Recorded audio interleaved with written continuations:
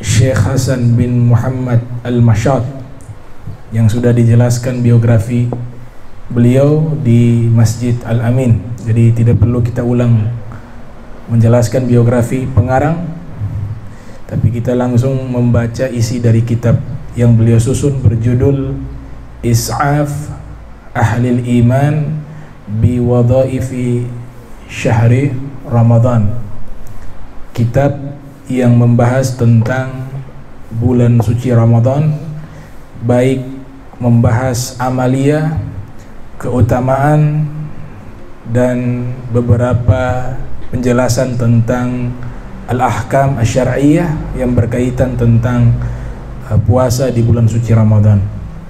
Beliau memulai kitab beliau, di pembukaan kitab beliau mengutip firman Allah Subhanahu wa taala tentang perintah berpuasa dengan firman Allah Subhanahu wa taala, ya ayyuhalladzina amanu kutiba alaikumusyamu kama kutiba alal ladzina min qablikum la'allakum tattaqun.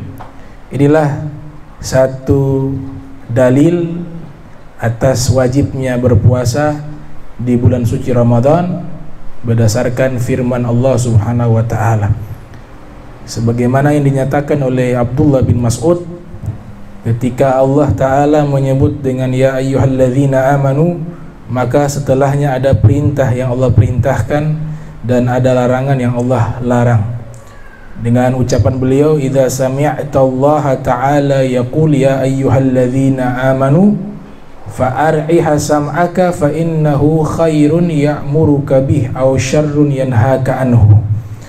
Apabila kalian mendengar Allah berfirman ya ayyuhalladzina amanu, maka fokuskanlah pendengaran kalian, karena sesungguhnya itu adalah kebaikan yang Allah perintahkan kepada kalian atau keburukan yang Allah larang kepada kalian.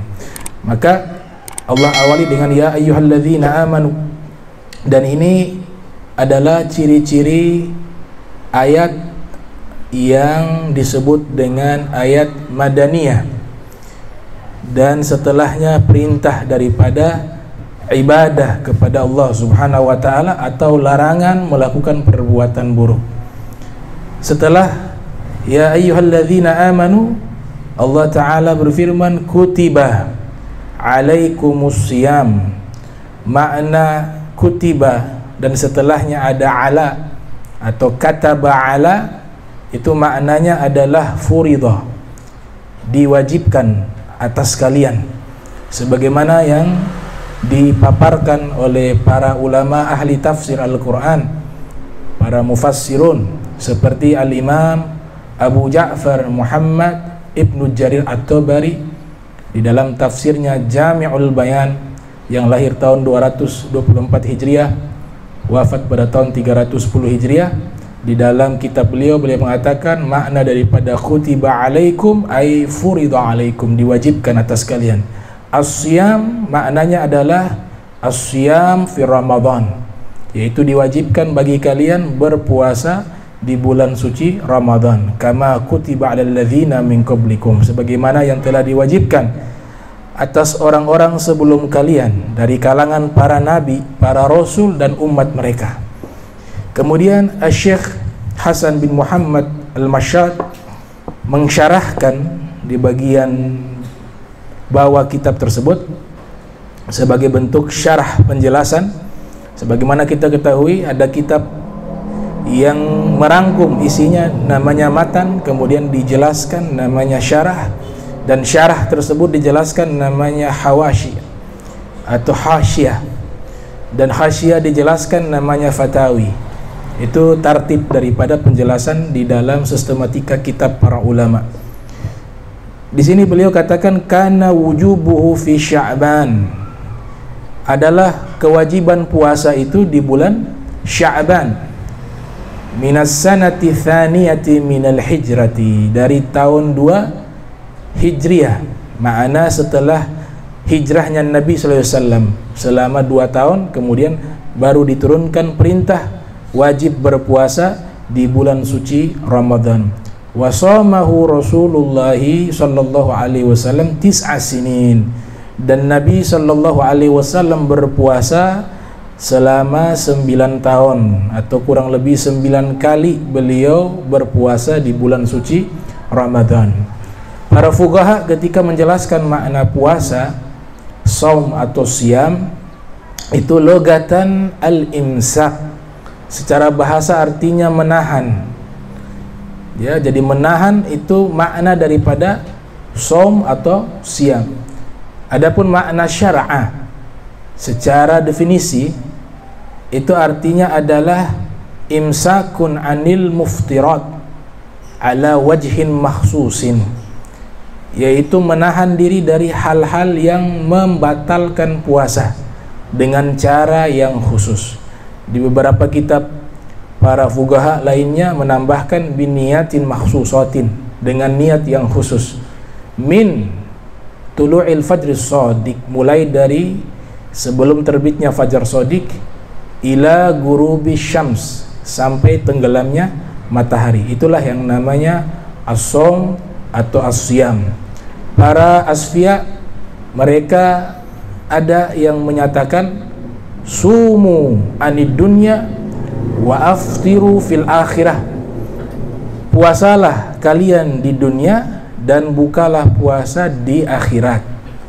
Artinya adalah menahan diri daripada maksiat, menahan dirinya untuk tunduk dan taat kepada Allah di dunia yang sesaat ini, agar dia bisa nikmati kenikmatan di surganya Allah subhanahu wa ta'ala. Itu pernyataan para asfiya, para mutasawwifun, yang mereka memaknai makna puasa sebagaimana yang diterjemahkan oleh Imam Ghazali yang lahir 450 Hijriah, wafat 505 Hijriah, dalam kitab Ihya Ulumuddin, bahwa tingkatan puasa itu ada 3. Ada saumul awam, puasa orang awam; ada saumul khawas, puasa orang khusus; ada saumul khawasil khawas, yaitu puasa orang khusus di antara orang khusus. Kemudian ada satu peringatan dari Nabi kita Muhammad sallallahu alaihi wasallam tentang sia-sianya puasa yang kita lakukan jika kita tidak memperhatikan beberapa hal. Sebagaimana hadis yang diriwayatkan oleh Al-Imam At-Tabrani, beliau lahir tahun 260 Hijriah, wafat tahun 360 Hijriah. Nabi bersabda, kam min shaim laisa lahu min siyamih illa ju' wal 'atas. Berapa banyak orang yang berpuasa, dia tidak mendapatkan pahala puasa. Jadi makna pertama, pahala puasa dia tidak dapatkan, manfaat puasa dia tidak dapatkan, kebaikan puasa dia tidak dapatkan. Yang dia dapatkan hanya rasa lapar dan haus. Ini peringatan dari Nabi Muhammad sallallahu alaihi wasallam. Walahu syuruhun katsiratun. Nah, penjelasan hadis tersebut itu banyak dijelaskan oleh para ulama lintas keahlian ilmu masing-masing.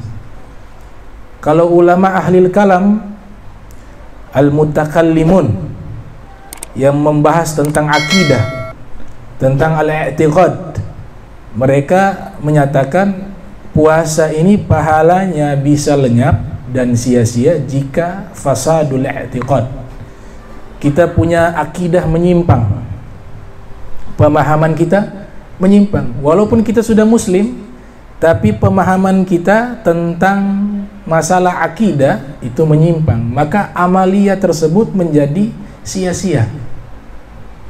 Kita hanya rasakan lapar dan haus, tidak dapatkan manfaat puasa, pahala puasa. Kenapa? Karena akidah kita menyimpang. Sehingga Imam Ibnu Ruslan di dalam prolog kitab beliau Zubat, itu beliau mengisyaratkan awwalu wajibin 'alal insani ma'rifatul ilahi bistiqani. Awal yang wajib bagi orang muslim yaitu mengenal Allah dengan keyakinan. Nah, ini maknanya adalah kita tashihul i'tiqad, harus perbaiki i'tiqad kita, keyakinan kita, akidah kita, dengan sesuai rumusan para ulama yang lurus, seperti manhaj akidahnya Asy'ariyah dan Maturidiyah. Nah, sehingga dikatakan kalau akidah kita menyimpang, ibadah itu sia-sia walaupun sudah muslim. Ya, seperti Mujassimah. Mujassimah ini memfisikkan Tuhan seperti makhluk. Dia muslim tapi berkeyakinan Allah itu makhluk fisik, punya mata, punya wajah, punya kaki, punya tangan, bisa berjalan, bisa duduk, bisa berbaring, bisa ada di satu tempat. Nah, ini adalah fasadul i'tiqad, kerusakan di dalam akidah. Itu akan merusak puasa kita. Oleh sebab itu Mujassimah yang dinamakan oleh para ulama. Sedangkan Allah Subhanahu wa taala sudah mensucikan dirinya daripada tashbih wa tamthil, permisalan atau penyerupaan fisik, bahwa Allah memiliki fisik yang sama dengan makhluk.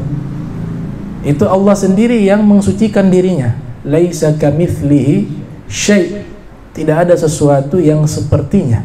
Di firman yang lain Allah Ta'ala berfirman, Subhanallah amma yasifun, Maha suci Allah dari apa-apa yang mereka sifati. Jadi Allah sendiri mensucikan dirinya dari sifat-sifat yang tidak layak dinisbatkan kepadanya. Nabi kita juga Muhammad sallallahu alaihi wasallam juga mensucikan Allah, sebagaimana sabda beliau, tafakkaru fi khalqillah wa la tafakkaru fi zatillah. Tafakurlah, renungkanlah, analisalah ciptaan Allah, jangan kalian merenung tentang zatnya Allah Subhanahu wa taala. Kemudian di hadis yang lain Nabi bersabda, la fiqrata fillah, tidak boleh kita berfikir tentang zatnya Allah Subhanahu wa taala. Ada seorang sahabat namanya Tolha, itu bertanya kepada Nabi Muhammad SAW tentang tafsir subhanallah, sebagaimana yang dinukilkan oleh Imam Al-Alusi Al-Baghdadi dalam kitabnya Ruhul Ma'ani. Tolha bertanya, sa'altu Rasulullah sallallahu alaihi wasallam an tafsiri subhanallah. Saya bertanya kepada Nabi Muhammad sallallahu alaihi wasallam, kepada Rasulullah sallallahu alaihi wasallam tentang tafsir daripada subhanallah. Kemudian Nabi merespon pertanyaan tersebut. Nabi mengatakan makna dari subhanallah artinya adalah tanzihun lillah min kulli su', mensucikan Allah yang maha suci dari segala keburukan. Menyerupakan Allah dengan makhluk, dengan fisik dan memfisikkan Allah, itu adalah menisbatkan hal yang buruk kepada Allah Subhanahu wa taala. Itu tafsiran dari Nabi kita Muhammad SAW. Kemudian Al-Imam Ali bin Abi Thalib juga tanzih, mensucikan Allah dari memfisikkan Allah, sebagaimana yang dinukilkan oleh Syekh Abdul Qahir Al-Baghdadi dalam kitabnya Al-Farqu Bainal Firaq.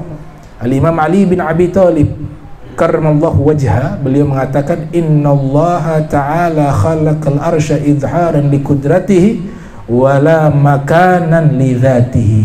Sesungguhnya Allah Subhanahu wa taala menciptakan arsy itu menunjukkan kekuasaannya, bukan sebagai tempat menetapnya. Imam Ali mensucikan Allah dari tempat.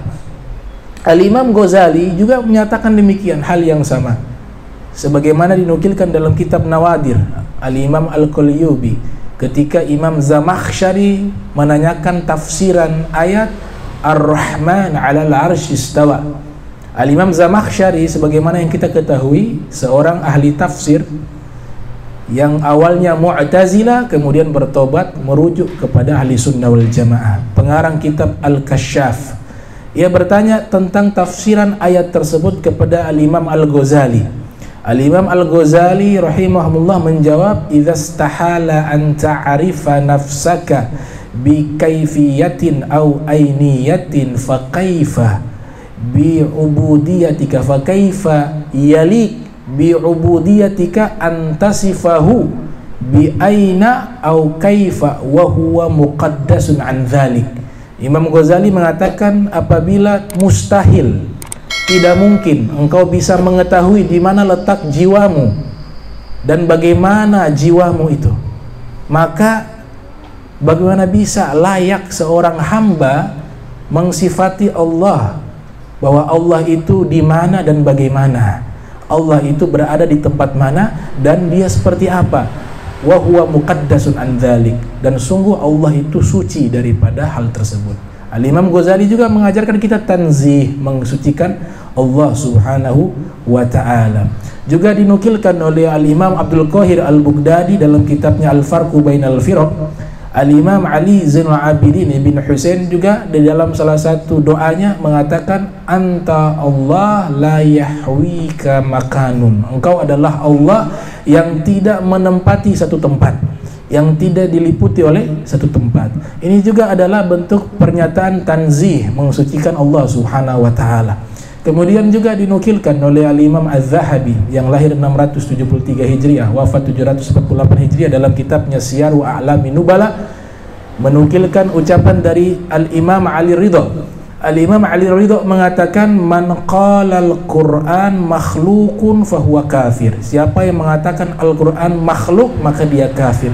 Ini juga bentuk pernyataan tanzih, mensucikan Allah Subhanahu wa ta'ala dari sifat-sifat makhluk, dari tashbih wa tamthil. Dan pernyataan ini disepakati juga oleh imam 4 mazhab, yaitu Imam Abu Hanifah, Al-Imam Malik, Al-Imam Syafi'i, dan Al-Imam Ahmad bin Hanbal. Yang keempat imam tersebut sepakat bahwa Al-Quran bukan makhluk, tapi Al-Quran adalah kalamullah. Bahkan kesimpulan yang disampaikan oleh Imam At-Tahawi dalam kitab Akidah beliau mengatakan, man wasafallaha bima'nan min ma'anil bashar faqad kafar.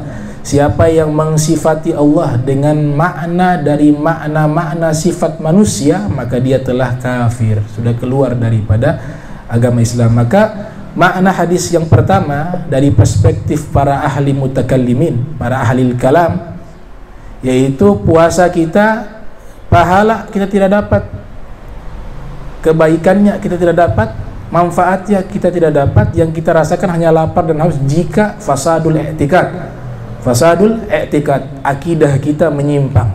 Itu yang pertama. Nah, makna kedua yaitu karena tidak memiliki ilmu, sehingga kita tidak mengetahui mana yang membatalkan puasa, mana yang tidak boleh dilakukan di saat berpuasa. Itu merusak daripada puasa itu sendiri, sehingga yang kita rasakan hanya lapar dan haus.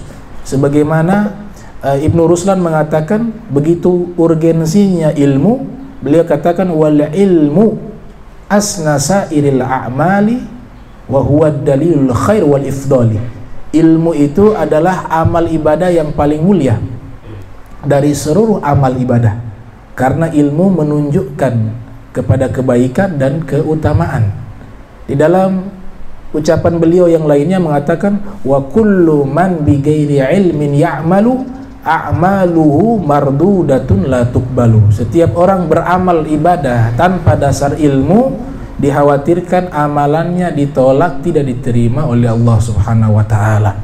Kemudian ucapan beliau yang lainnya mengatakan, wa niyatun wal qawlu thummal amalu bi ghairi wafqi sunnatin la tuqbalu. Niat kita sudah benar, ucapan kita sudah benar, amal kita sudah benar, namun sayang tidak sesuai tuntunan sunnah Nabi, itu pun tidak diterima oleh Allah Subhanahu wa ta'ala. Maka ilmu inilah yang membuat puasa kita sempurna, sehingga kita bisa tahu, minimal kita tahu hal-hal yang membatalkan puasa, rukun-rukun puasa. Sebagaimana dikatakan, rukun-rukun puasa ada 3. Arkanus siyam thalathatun. Rukun puasa ada 3. Yang pertama an-niyah, yaitu niat, hukumnya wajib. Di dalam kitab Bidayatul Mujtahid karya Ibnu Rushdi, juga disinggung oleh Ibnu Al-Jazari dalam kitabnya Al-Fiqhu ala Madzahibil Arba, mengatakan kalau mazhab Syafi'i wajib setiap hari niat puasa. Mulai kapan? Ba'dal maghrib sudah bisa niat. Sudah tenggelamnya matahari, itu sudah awal untuk diperbolehkan kita niat, sampai sebelum terbitnya fajar shadiq. Dan ini mazhab Syafi'i yang kita anut, mewajibkan setiap hari kita niat puasa Ramadan. Adapun mazhab Maliki itu niat di awal Ramadan, sudah niat seluruh Ramadan sebulan penuh. Hari berikutnya tidak perlu niat lagi. Nah, itu mazhab Maliki. Nah, kita menselaraskan kedua mazhab tersebut. Kita gunakan mazhab Syafi'i, setiap hari kita niat, tapi di awal kita sudah berniat juga untuk puasa sebulan penuh, dengan maksud jikalau tidak sengaja kita lupa niat, maka teruskan puasa kita karena kita sudah niat di awal sebulan penuh. Nah, itu solusi yang diajarkan oleh para ulama tentang masalah niat. Dan masalah niat ini langsung nasnya dari hadis Nabi Muhammad SAW, sebagaimana yang diriwayatkan oleh Imam An-Nasai yang lahir tahun 215 Hijriah, wafat tahun 303 Hijriah. Nabi SAW bersabda, "Man lam yubayyit siyam qabla al-fajr fala siyamalah." Siapa yang tidak menetapkan niat di malam hari sebelum fajar, makna fajar, fajar shadiq, maka tidak ada puasa baginya. Al-Imam Nawawi ketika mensyarahkan hadis tersebut, beliau mengatakan makna yubayyit siyam artinya tidak niat puasa, dia tidak niatkan sebelum fajar shadiq. Maka niat wajib puasa itu harus sebelum fajar shadiq. Kalau sudah masuk fajar shadiq, maka sudah selesai waktunya, karena di waktu itu sudah tidak boleh lagi kita makan atau sahur. Nah, sahur yang kita gunakan tidak harus dengan banyak makanan. Kalau memang waktu tidak sempat, kita tetap mendapatkan fadilah sahur walaupun dengan meminum seteguk air. Sebagaimana hadis yang disampaikan oleh Nabi kita Muhammad SAW, diriwayatkan oleh Ibnu Hibban, Nabi bersabda, "Tasahharu walau bidhar'atin min ma." Sahurlah kalian walaupun seteguk air. Kalau tidak sempat, tetap fadilah sahur kita dapat, karena Nabi yang menganjurkan untuk sahur, tasahharu fa inna fi sahur barakatan. Sahurlah kalian karena sesungguhnya di dalam sahur ada keberkahan. Itu hadis dinukilkan oleh Imam Bukhari dan Imam Muslim di dalam kitab sahih keduanya. Kemudian masalah niat tadi rukun, yang pertama adalah niat. Yang kedua adalah tarkul muftirat. Kita harus berusaha menghindari hal-hal yang membatalkan puasa.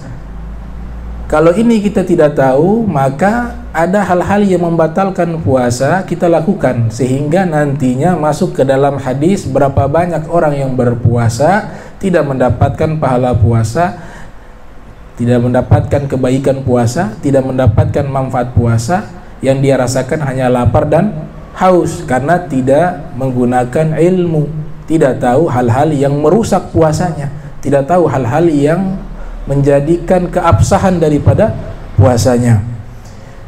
Yang ketiga adalah as-shaim, rukun daripada puasa yang ketiga adalah as-shaim.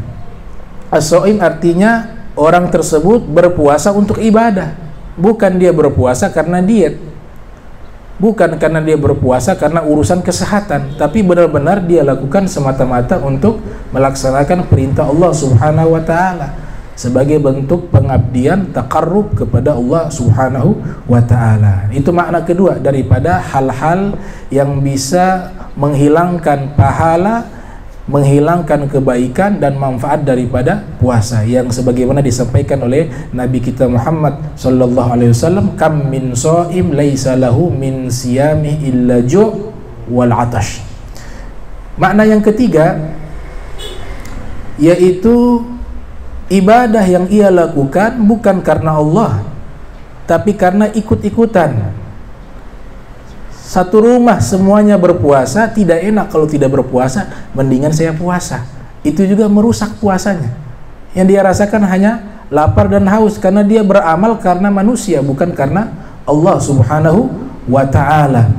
Sebagaimana Allah perintahkan di dalam Al-Quran, wa ma umiru illa liya'budullaha mukhlishina lahuddinal hunafa. Diperintahkan kita ibadah kepada Allah harus ikhlas. Makna ikhlas adalah semata-mata yang kita lakukan daripada amal baik hanya untuk mencari ridhonya Allah Subhanahu wa ta'ala. Disebutkan di dalam kitab Zubad, fasahhihan niyat qabla al-amal wa'ti biha makrunatan bil awal. Sebelum beramal niat diperbaiki dulu, Karena yang menentukan amalan kita diterima atau tidak diterima itu karena niat. Niat tadi dua. Ada niat dalam konteks fikih, ada niat dalam konteks tasawuf. Kalau konteks tasawuf berbicaranya adalah dia ikhlas atau tidak ikhlas. Konteks fikih yaitu berbicara tuntunan Nabi, yaitu harus niat puasa Ramadan. Sehingga hadis innamal a'malu binniyat wa innama likulli imri'in ma nawa. Setiap amalan kita tergantung niat, dan setiap seseorang melakukan satu amalan pahalanya itu dihitung tergantung niatnya. Dan ini menjadi hadis yang sangat urgensi, sangat penting, sehingga para imam, para ulama-ulama besar, mereka selalu meletakkan di awal kitab hadis mereka atau kitab tasawuf. Beberapa kitab tasawuf juga meletakkan hadis tentang niat itu di bagian awal. Seperti pernyataannya Imam Syafi'i mengatakan, kenapa diletakkan hadis ini selalu di awal, selalu di bagian prolog? Karena hadis ini sangat penting tentang niat. Yadkhulu hadzal hadis fi sab'ina baban minal fiqhi. Imam Syafi'i mengatakan hadis ini, hadis innamal a'malu binniyat, itu dia masuk kepada 70 bab pembahasan masalah fikih. Jadi 70 pembahasan fikih, 70 masalah pembahasan al-ahkamu syar'iyyah, di situ pasti ada niat. Bahkan beliau katakan juga wa qala aidan yadkhulu fi hadzal hadis thuluthul ilm. Hadis ini mencakup sepertiga ilmu agama.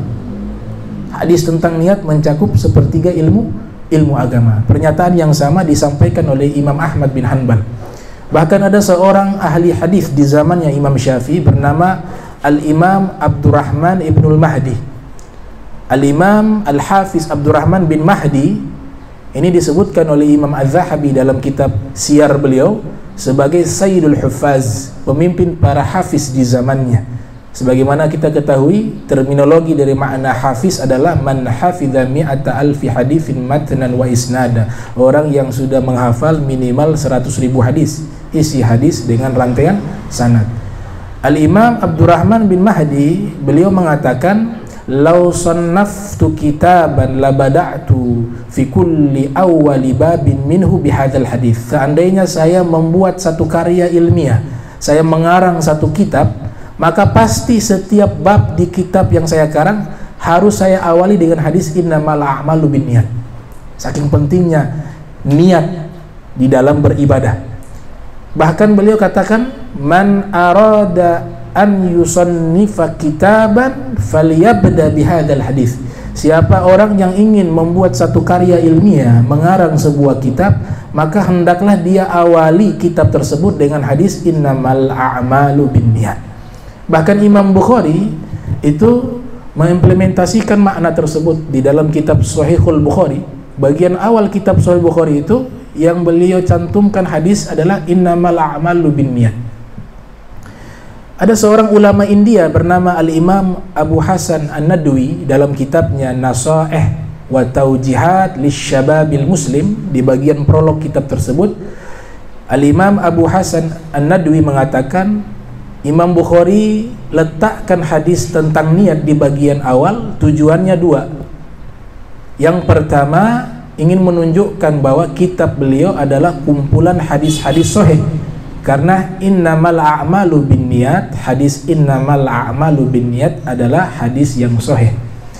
Tujuan yang kedua yaitu hasut tashihin niat, sebagai anjuran kepada pengarang kitab atau orang yang membaca kitab beliau atau yang mengajarkan kitab beliau itu senantiasa memperbaiki niat.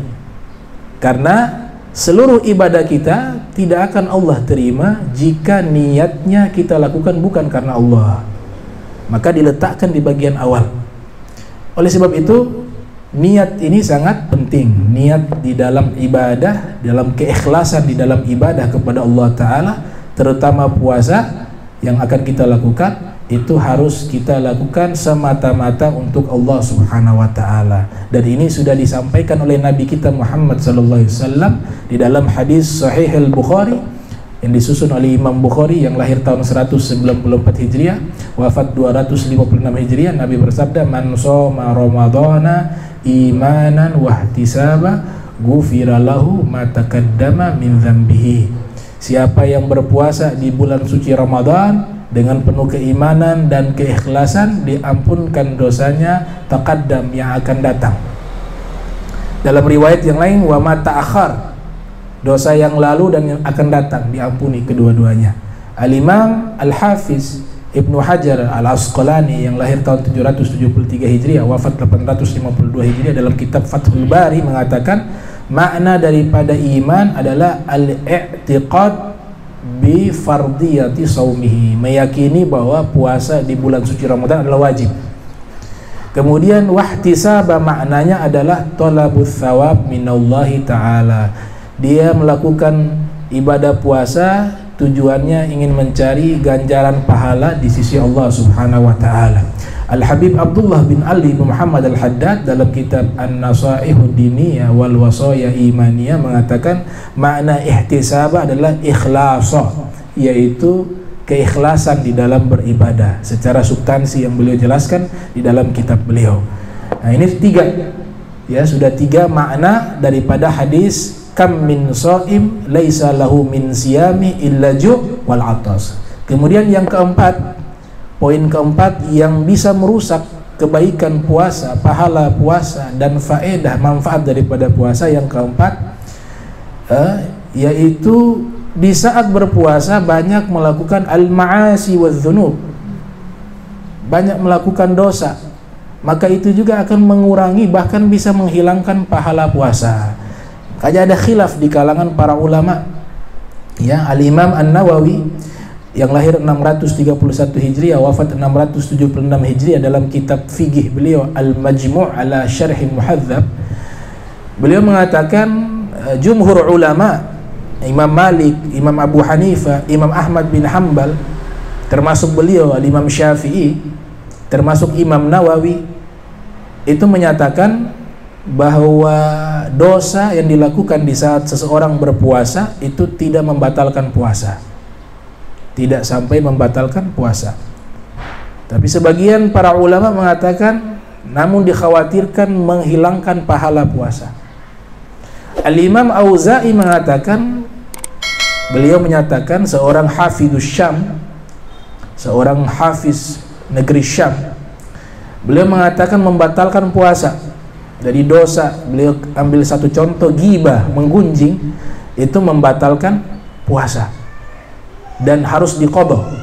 Beliau mengambil hadis Nabi Muhammad SAW yang diriwayatkan juga oleh Imam Ghazali dalam kitabnya Ihya Ulumuddin. Nabi bersabda, khamsun yuftirna shaim, ada 5 perkara yang bisa membatalkan puasa orang yang berpuasa. Itu penafsiran daripada Imam Auza'i, membatalkan. Sebagian ulama menafsirkan menghilangkan pahala orang yang berpuasa.